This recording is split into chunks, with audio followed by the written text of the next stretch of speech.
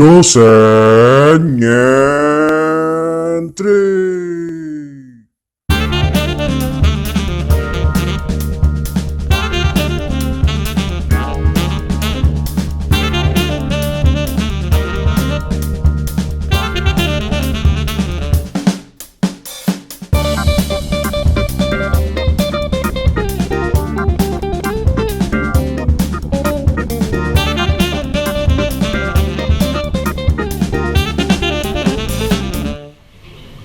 Baik, terima kasih kami ucapkan kepada Bung Irajul atas pembukaan dan sambutannya. Kemudian langsung ke acara selanjutnya, materi dari pemateri kita hari ini yakni Bapak Ahmad Fatoni, lahir di Mojokerto 29 Februari 1988. Alamatnya di Sumber Tani, Mojorejo, Pungging, Kabupaten Mojokerto. Beliau merupakan alumni dari Mansabul Madasari seperti yang telah dijelaskan oleh Bung Irajul, yakni lulusan tahun 2006. Kemudian melanjutkan pendidikan S1 di UNESA, jurusan Pendidikan Bahasa Sastra Indonesia. Setelah lulus dari UNESA, beliau melanjutkan pendidikannya di UNER, mengambil jenjang S2 Kajian Sastra dan Budaya. Yang sekarang sedang ditempuh yang terakhir ini ialah S3 di UNESA, mengambil jurusan Pendidikan Bahasa. Baik, berikut itulah kurikulum vitae dari pemateri kita pada hari ini, yaitu Bapak Ahmad Fatoni. Selanjutnya waktu dan tempat saya berikan kepada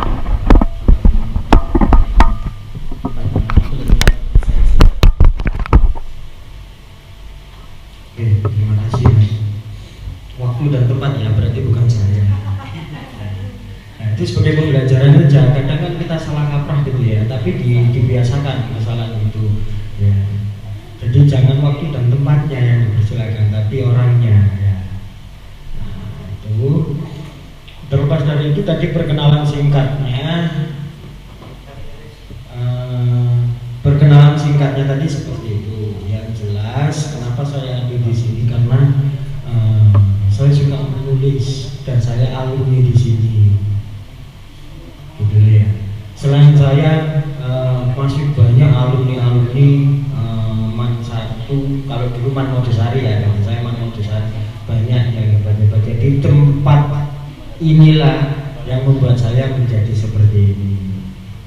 Guru-guru disinilah yang membuat saya bisa menjadi seperti ini. Ya, makanya ketika kalau katanya orang Jawa itu ya kacang itu gak oleh lali ya. Gitu. Sekarang ada iklannya itu kan, ya. Kacang, kamu siapa? Yang tanya adalah kulitnya. Nah itu kan ngambil dari pepatah itu, intisari itu, gitu ya.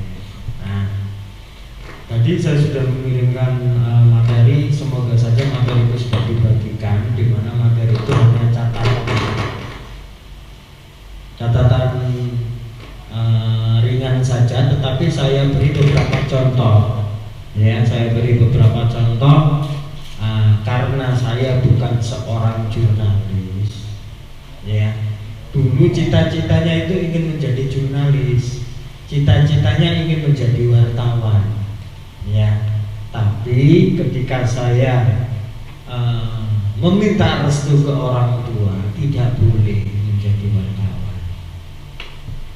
Karena melihat di televisi, ya wartawan itu pekerjaannya resikonya besar. Kata orang tua saya tidak perlu membantah, iya gitu saja. Ya. Tetapi kesukaan itu kan akhirnya menemukan jalannya sendiri. Karena sekarang perkembangan digital itu sudah masif, gitu ya. Jiwa jurnalis saya masih muncul. Salah satunya saya membawa kamera. Jadi jurnalis independen. Saya nanti punya laporan sasaran kegiatan untuk diri saya pribadi yang akhirnya saya masukkan di YouTube kan gitu. Nah di situ nanti, nah itu sebagai rekam jejak atau portofolio. Nah, kalau menurut sastrawan besar yang hampir menerima penghargaan Nobel dunia, ya, Pramoedya Anantatur, ada yang sudah membaca karya beliau, ya ditengok di perpustakaan sekolahnya. Jurnalis harus dekat dengan buku, ya. Kalau jurnalis nggak dekat dengan buku, nggak berani membaca buku, ya nanti tulisannya sekarang katakanlah start menulis tahun 2021 akan dibaca lagi terus menulis ya 2024, nggak ada bedanya tulisannya dengan yang tahun 2021 kalau nggak mau membaca. Tapi kalau mau membaca terlihat signifikansi atau perubahan tulisannya. Kenapa? Dengan semakin banyak membaca, kalian akan kenal kata-kata yang bermacam-macam. Yang biasanya nulis berita itu dengan bahasanya saat ini, karena sering membaca, ya kenal kosakata ini, kosakata itu. Nah, kebetulan beliau kan ahli kimia, tulisan beliau ini bagaimana sih kata-kata di kimia itu masuk ke dalam sebuah tulisan, bisa menjelaskan fenomena alam. Dan itu potensi yang sangat bagus, ya.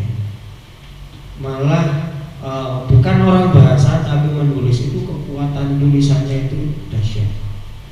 Kenapa begitu? Karena ada sumber kosakata yang bervarian yang dibawa dari keahlian tadi, misalnya kimia, biologi, fisika. Ada kosakata yang mungkin di bahasa Indonesia tidak begitu banyak. Nah, kan kaya. Nah, salah satunya untuk memperkaya kosakata itu dengan membaca. Ya, saya lanjutkan lagi. Pram itu menyatakan, ya, menulis itu kerja untuk keabadian. Tentunya keabadian di sini maknanya konotatif, ya. Nggak ada sesuatu yang abadi itu, ya. Maksudnya ketika dimaknai itu seperti ini. Misalnya yang nulis itu sudah meninggal, tapi tulisannya masih bisa terbaca, berarti orang itu serasa masih ada. Kalau penyair menyatakan Khairil Anwar, aku ingin hidup 1000 tahun lagi. Nah, Khairil Anwar wafat tahun berapa sampai sekarang itu masih banyak yang tahu Khairil Anwar, walaupun jasadnya, rupanya, tengilnya orangnya itu gak ada yang tahu. Tapi nama Khairil Anwar itu banyak yang tahu. Nah, di situ karena kita menulis. Nah, ada sastrawan lagi yang saya kutip dan itu menarik gitu ya, karena saya sempat sowan dan sempat saya tulis. Waalaikumsalam. Sempat saya tulis beliau di lampiran tulisan di materi saya itu, ya, di feature yang sub feature-nya ini obituari. Obituari itu berita kematian. Ya, Harjono WS. Ya. Beliau ketika saya sowan ke sana, beliau itu berkata begini, ya, seseorang baru sah menjadi manusia dalam tanda kutip, ya, itu kalau sudah menulis atau ditulis. Menulis atau ditulis. Kalau ditulis itu kan berarti kalian butuh sesuatu, iya enggak? Berarti kalau sampean ini seorang jurnalis, kan nggak serta merta semua anak man satu ditulis, bener nggak? Tapi kalian punya kriteria siapa yang harus ditulis, ya kan? Kenapa dia ditulis? Nah, itu kan ada alasan di situ. Nggak semua anak man satu itu kan ditulis. Ketika kalian mencari spesifiknya, misalnya siswi berprestasi, berarti siswa kan nggak masuk. Yang satu sudah hilang, siswi. Nah, siswi prestasinya apa? Nah, sekian banyak prestasi. Nah, akhirnya kan punya sortir lagi. Nah, itu alasan ditulis. Itu baru sah jadi manusia. Mengapa? Karena dia punya sesuatu di dalam dirinya. Kalau nggak punya sesuatu lah nggak sah jadi penulis, nggak sah jadi manusia. Ya. Jangan lupa subscribe.